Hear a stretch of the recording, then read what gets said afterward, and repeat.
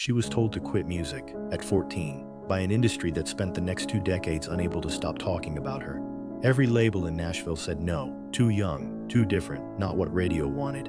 She kept writing anyway. But the rejection wasn't the hardest part of her story, not even close. Because years later, someone would try to take something far more personal than a record deal.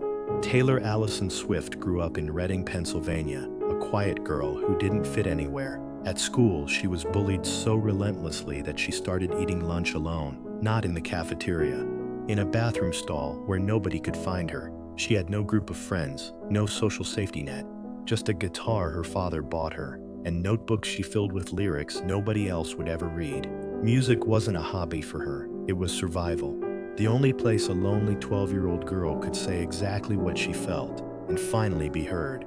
At 14, she convinced her family to move to Nashville, the heart of country music, the place where dreams like hers were supposed to come true. Instead, door after door closed.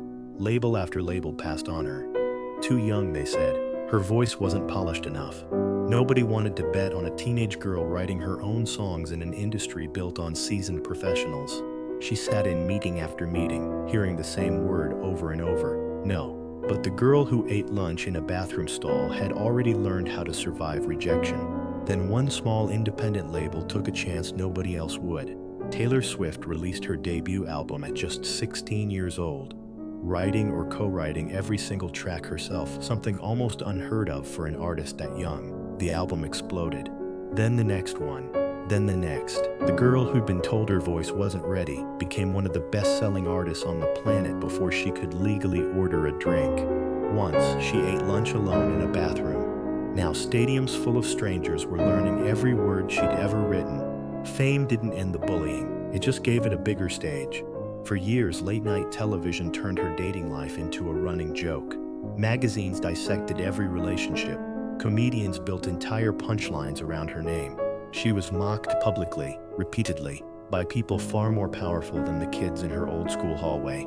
She kept writing through all of it, turning every headline, every joke, every dismissal into lyrics that outsold the people laughing at her. But nothing the press ever said to her would compare to what was coming next. In 2019, Taylor Swift learned that her entire back catalog, every song from her first 6 albums, every lyric she'd ever written since she was a teenager, had been sold, not to her, without her consent, to a man she had publicly clashed with for years, every master recording. Every original version of every song that had carried her from a Nashville rejection to global superstardom now legally belonged to someone else.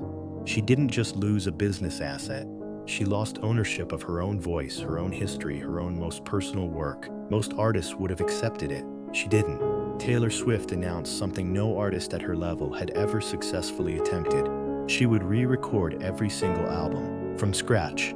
Every song, every note, rebuilt entirely under her own name and her own control.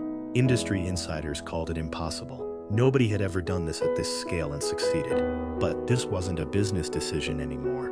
This was the same girl who once sat through meeting after meeting hearing no, deciding one more time that somebody else's rejection would not be the end of her story. What followed was years of relentless, quiet work most fans never fully saw. She re-recorded entire albums track by track, matching every vocal inflection, every production detail, while simultaneously writing new music, touring the world, and running one of the biggest entertainment empires on the planet. No days off, no shortcuts. She released them one by one, each labeled Taylor's version, a direct, permanent correction to a history someone else had tried to rewrite without her permission. The industry that once told her no was now watching her rebuild everything, alone. The results were staggering. Her re-recorded albums didn't just perform well, they outsold and outstreamed the original versions that had been taken from her. Fans overwhelmingly chose her rebuilt versions over the ones controlled by someone else. The masters that had been sold without her consent, the ones meant to control her legacy forever, became worth less than the version she built from memory, discipline, and pure refusal to quit. They took her voice, she built a louder one, and this time, every single note belonged to her. Today, Taylor Swift is the wealthiest female musician in history, the first artist to headline stadiums at a scale few performers have ever reached. A songwriter whose catalog, the very one someone once tried to take from her, is now entirely legally permanently hers. But underneath every award, every sold-out stadium, every record broken, is still that same girl from Reading, Pennsylvania. The one who ate lunch alone in a bathroom. The one Nashville said no to. The one an entire industry tried to silence and rebuild without asking her. She became impossible to ignore. If this story moved you, share it, subscribe to The Forge Files.